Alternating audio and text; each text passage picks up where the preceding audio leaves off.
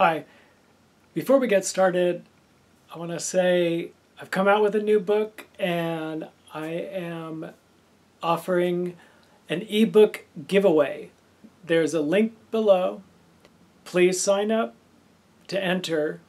I'm giving away 100 copies of The Crime of Sentience in Kindle book form. So if you have the Kindle app or if you have a Kindle, and if you're interested in science fiction about artificial intelligence, AI, virtual reality, simulated universes, please follow the link below and enter for your free copy of my new book.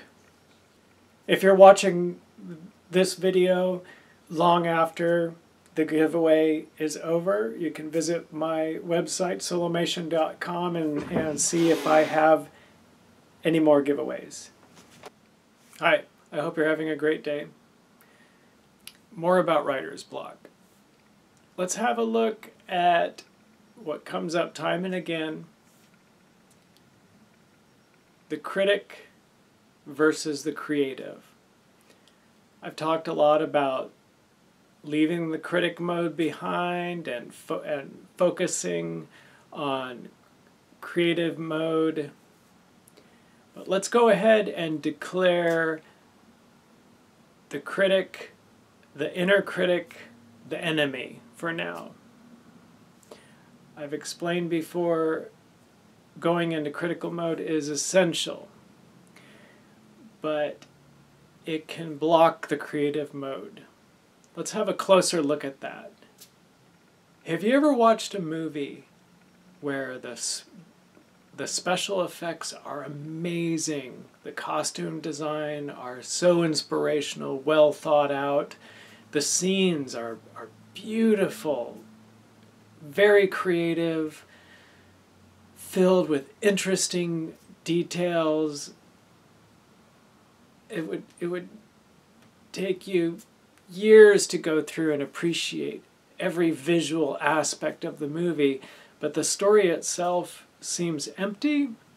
That kind of movie is a good example of what can happen with any creative project.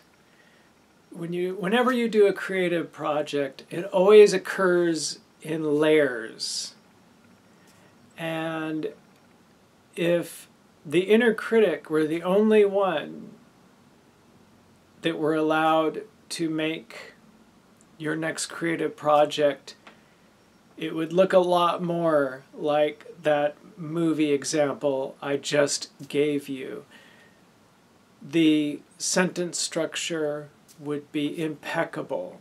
The word choices would be amazingly creative, stimulating, original, dynamic, descriptive, right on target for what the words are trying to describe. Those are all excellent attributes of the writer's inner critic, well developed and fully working. But what kind of writing is it if the creative side isn't allowed to start the show?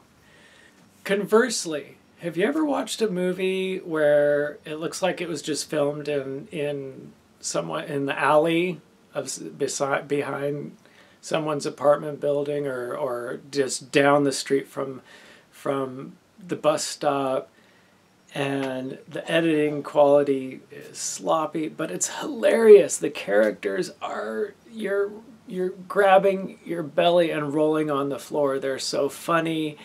Or what about one of those, what do you call them, camcorder horror films that look very pieced together, very raw, and they're terrifying.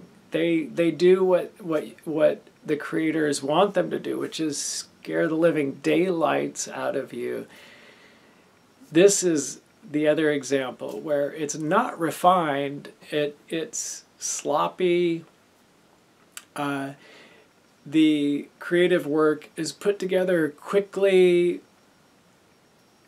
but the whole time the creative minds making it are focused on the germ of the story. They're focused on what is at heart of what they want that creative work to be. If they want it to be scary, they're focused on that. They're not worried about costume design. They're not worried about finding the perfect location. Not worried about color correction, white balance, all of that stuff. They just have a vision in their minds, and they're rushing to make that vision, bring that vision into the world. Writing can be like that too. You can read a letter that someone wrote, and it's one of the funniest things you've ever read. And it could have tons of spelling errors. It could use some words incorrectly. But it's the content. You have, to simplify things, as a writer, you have your creative side, you have your inner critic. Those are the two types of writers you have inside yourself when you go to write. The creative side is interested in content primarily, like content is everything. The critic is concerned with the surface, the superficial part of it, what it looks like, what kind of outer impression it has. So it's about giving it polish. It's about making it easier to read. It's about using the language more accurately, more clearly. And these are very important to writing, but especially if you have writer's block, a lot of the times the inner critic, which is so important to writing, I'm not dissing the inner critic. It is the inner critic's fault. A lot of times, if you have writer's block, blame it on the inner critic. So the next time you write, try something. Just try to keep in mind how habitual you are about writing. When you sit down to write, you do things without thinking about them. You slip into a mode where you're not really examining what you're doing. Now, the next time you write, try to observe what exactly comes into focus for you. It's great to start doing this because as a writer, if you can decide what mode you want to be in when you're writing, then you have so much more control over what is happening. Writing is habitual. So when you sit down to write, if you're 50% inner critic, 50% creative mind, by habit, those two sides may be conflicting with each other every time you sit down to write. So when you sit down to write, it's like a meditation. Spend time observing what kind of creative strategy you start using, and ask yourself, am I being too much the critic right now? Like, if I wanted to, could I write and totally shut down the inner critic? Or let's say that you're working on draft number 4. You want to shut down the creative side. It's time to be the inner critic, to be the editor. And you don't necessarily want to wonder what that one character is going to go do after they get married and move to the Bahamas. You don't need to, you could do that some other time. Right now, you need to be the inner editor. As you develop as a writer, it's good to develop the ability to decide what kind of writing mode you go into. And part of that, you want to become more aware of what kind of writing mode you habitually get into. A lot of the times, the stage that the writing that you're working on dictates what mode you go into. So if you do sit down and look at draft number 4, there isn't a lot there for the creative mind to do. So the inner editor wakes up, goes into full mode, and is able to do their work. But if you just finished a piece and your inner editor has gained all this strength and practice, and your inner editor just helped you finish a 40-page work, and you want to start, you turn around, you want to start a new piece, and you need your creative mind, and it hasn't had a lot of practice lately, the inner editor is going to keep pushing, getting in the way of what you're trying to do. And the last thing you want to do is start refining and fine-tuning something that isn't even made yet. You want to get sloppy. You want to get the content out on the page, raw, unfinished, out of tune, not very well thought out, but spontaneous. In your efforts to gain more control over exactly what kind of writing mode you go into, it's good to spend time practicing being in those modes. Of course, the 10-minute free write is a great way to build up the strengths of the creative mind. That's where you write for 10 minutes, you don't look back, you don't read what you've written, you do this every day, you don't really think about it. It's anything goes. You're not thinking about the final product, you're thinking about developing the creative mind. The final product you're going for is how spontaneous, how strong that creative mind, how strong you can make it. And doing the 10 minutes of free write, the more that you can disable the inner editor for that time, the better. It's an important skill to learn to tell the inner editor to go home, be quiet, sit over there, don't say anything, stay out of it for now. We'll let you know. We'll give you a call when it's your turn, but right now we need to be raw. We need to say things incorrectly, but get them said. Content rules. It's not about form. It's not about sophistication. Let's get everything out there so that we can work on it. The reason that the inner editor is there is because it's just as important as the creative mind, but it can always be an interference. When you sit down to write, it's a matter of focus. Let's go back to those analogies about the movies.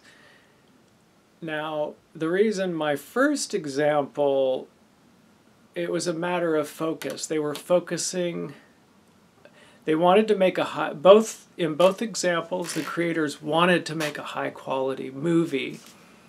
And in each example, the focus was different. And every time you sit down to write, let's say that your inner editor is active, is 10% there, so that while you're writing, you're trying to create a new short story, and your inner editor is like, oh, I know a better word. Oh, I know a better way of saying that. Oh, your Word document just told you misspelled that word. Let's go back and look it up. Like, that is interference. You want to develop the ability to silence the inner editor. It isn't whether or not the inner editor is interfering with your creative work. It's to what amount. If your inner editor is speaking at all, it is taking away, it is subtracting from the pure creative content rules focus you can use to start a new work or bring a story, get a story onto paper. To the extent that you shut down the inner editor, you can bring into greater focus the creative mind. The more you develop the skill to do that, the more you will be able to create the germs of a great story, the seeds of a really funny scene, the original idea that no fiction writer has ever dreamed of before. Writing comes in distinct modes, in a range from extremely creative writing to extremely editorial, revising, refining mode. If you're trying to be in too many modes at once, it's out of focus and the writing becomes very difficult. If you gain the ability to write with focus, choosing which mode you are in, writing becomes easy. The more in focus you are, the easier it becomes. So if you choose to go into a completely non-critical, highly creative mode of writing, you're not looking at all at what you've just written. You're not going to look at what you've written until days later. You're not going to think about its clarity. You're not going to think about how good or bad it is. You're not going to think about what to add and what to take out. You're deep in the imaginative state of mind, and besides the fact that you're putting your imagination, newly imagined content onto the page, otherwise you're not thinking about the words at all. That is highly focused. It makes it much easier to write. But if in the back of your mind you're thinking about how long the sentences are, to that extent you're out of focus. So if you're in a writer's block, the first thing you want to do is you want to quiet down that inner editor as much as possible and go for pure raw creativity as much as possible. Tell yourself that you're not going to look at new writing for 2 months after you write it. Like, don't let yourself look at it. Only focus on getting new content out there. But let's say that you already have a draft and you're still running into writer's block. You still may be out of focus. When we've written a first draft, we're at high risk of losing focus because we're trying to do too many things at once. We're trying to be in too many modes of writing at once. Limit what kind of revision you can make. When you do a second draft, limit it to adding new content. For every 4 sentences, add 1 sentence or 1 new creative content. If the paragraph you're revising describes a scene, add a new piece of furniture to that scene. Add a new detail.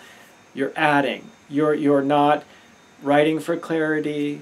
You're not rearranging the order of things. You can do that in a 3rd or 4th draft. Pay attention to how you feel. If the writing feels difficult, a lot of the times that means you're out of focus. You're trying to do too many things at once.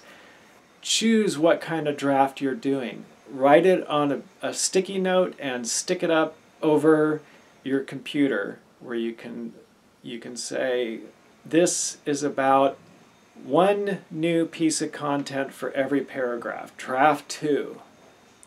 Only filling in more, bringing more content to the draft you just finished. No other kind of editing, no other kind of draft work. Don't do it. Don't check to make sure that things are grammatically correct. Let those red squiggly misspelled lines stay under the words. Don't go to correct spelling. Don't look up definitions of words. None of that. You can do that later. Stay in focus. Make it easier on yourself. Make the writing fun. Stay in focus. Okay, that's it for this video. If you like my videos, please encourage me to make more, subscribe, hit the like button.